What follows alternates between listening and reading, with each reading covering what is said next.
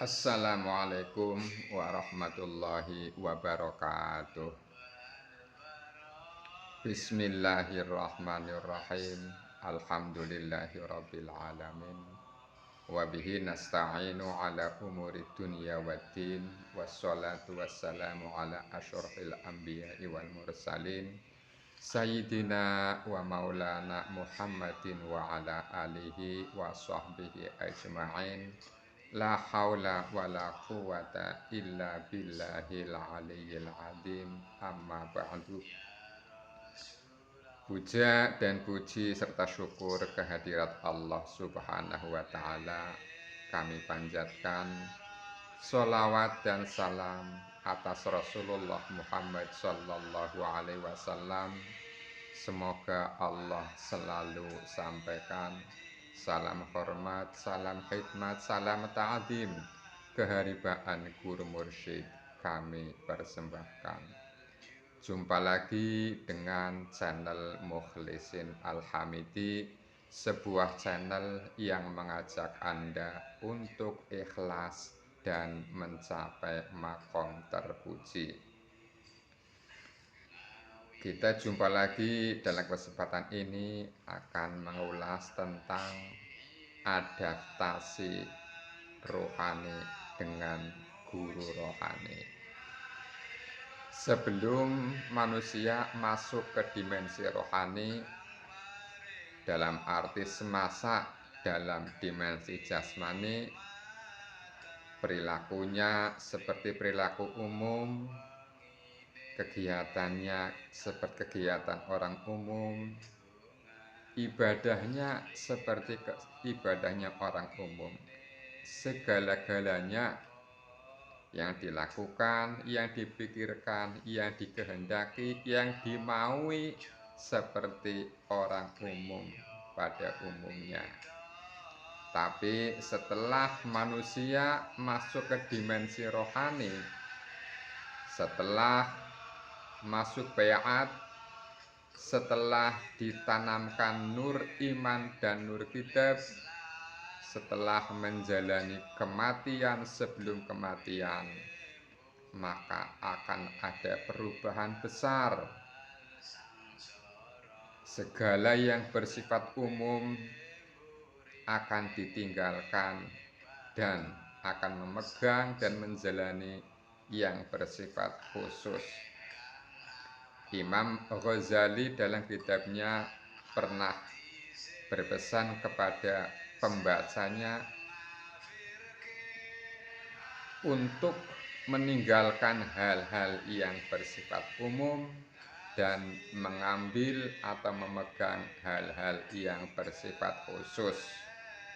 Da amrol ammah wa khud amrol khosoh. Begitu kurang lebihnya yang disampaikan oleh Imam Al-Ghazali dalam kitabnya. Setelah manusia masuk ke dimensi rohani, maka harus adaptasi dengan guru rohani dengan meninggalkan kebiasaan-kebiasaan umum dan mulai menginjak dan berpegang terhadap hal-hal yang khusus. Dia tidak berkeinginan kecuali dengan keinginan guru mursyid. Dia tidak berkehendak kecuali atas kehendaknya guru mursyid. Dia tidak berkemauan kecuali atas kemauan guru mursyid. Begitu seterusnya. Salik atau sang murid harus meninggalkan kepentingan-kepentingan, kemauan-kemauan, kehendak, berbagai kehendak yang ada pada dirinya. Selama kehendak itu, selama tidak sesuai dengan keinginan atau kehendak guru mursyid, maka kehendak dirinya harus dikalahkan. Harus mendahulukan kehendak, kemauan, dan keinginan guru rohani. Betapapun berat, betapapun besar, betapapun tingginya perlawan kehendak itu, tetap harus memenangkan kehendak atau kemauan atau keinginan sang guru mursyid. Karena di sini adalah manusia akan dibimbing rohaninya untuk belajar menyatukan Allah Subhanahu wa taala atau mengesahkan Allah Subhanahu wa taala dengan menyatukan atau mengesahkan sang guru. Itulah proses yang harus dijalani oleh manusia yang masuk ke dimensi rohani dalam fase-fase setelah pengenalan nama, maka harus adaptasi dengan sang guru rohani. Dalam menjalankan zikir ismul zat atau pengenalan nama zat yang menjadi tujuan perjalanannya, ini pun banyak rintangan, banyak hambatan, banyak gangguan.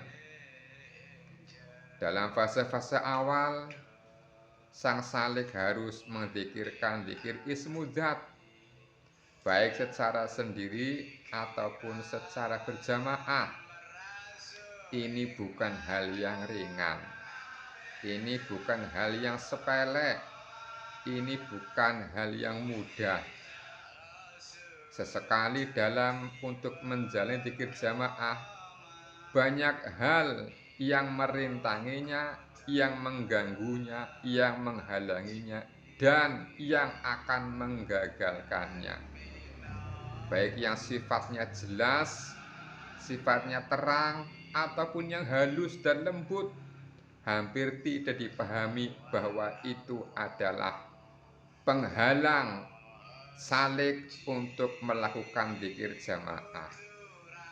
Di hari-hari biasa, kesibukan, pekerjaan, kegiatan nggak begitu padat, tapi menjelang acara zikir jamaah, maka kesibukan pun akan datang begitu derasnya.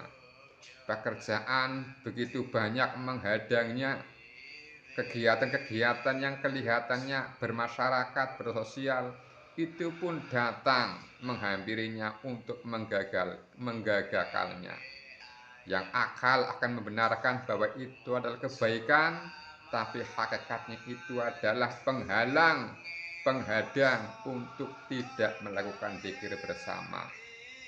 Sifatnya itu baik, bukan hal yang haram, bukan hal yang dilarang agama, malah diperintahkan agama. Tapi selama itu menghadang, menghalangi, dan menggagalkan perjalanan kita dalam perjalanan rohani ini, itu tetap godaan. Walaupun itu kebaikan, walaupun itu kemaslahatan, walaupun itu hal yang membawa dampak positif, ya, tapi selama itu kegiatan-kegiatan masih umum, bukan urusannya khusus di sini, maka itu adalah godaan, itu adalah hambatan, itu adalah penghalang yang harus berani menyingkirkan dan mengalahkannya. Walaupun resikonya dicaci oleh orang umum, ya, dicemooh, dikatakan beda dan sebagainya, itu harus terima, karena yang kita tuju adalah bukan pujian, bukan sanjungan, bukan ucapan-ucapan yang mengangkat kita, tapi tujuannya adalah Allah semata. Tujuan kita adalah ilahi anta maksudi, hanya engkau Tuhanku yang menjadi tujuanku. Bukan ucapan baik pada diri kita, bukan sanjungan yang menyanjung diri kita, bukan pengalem yang mengalem diri kita bahwa dia adalah orang yang baik, bahwa dia adalah orang yang soleh, bahwa dia adalah orang yang penuh dengan kebaikan, bukan itu tujuannya. Ingat itu kata-kata ilahi anta maksudi.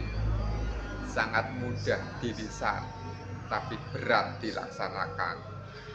Sangat ringan di lisan, tapi sulit dikerjakan.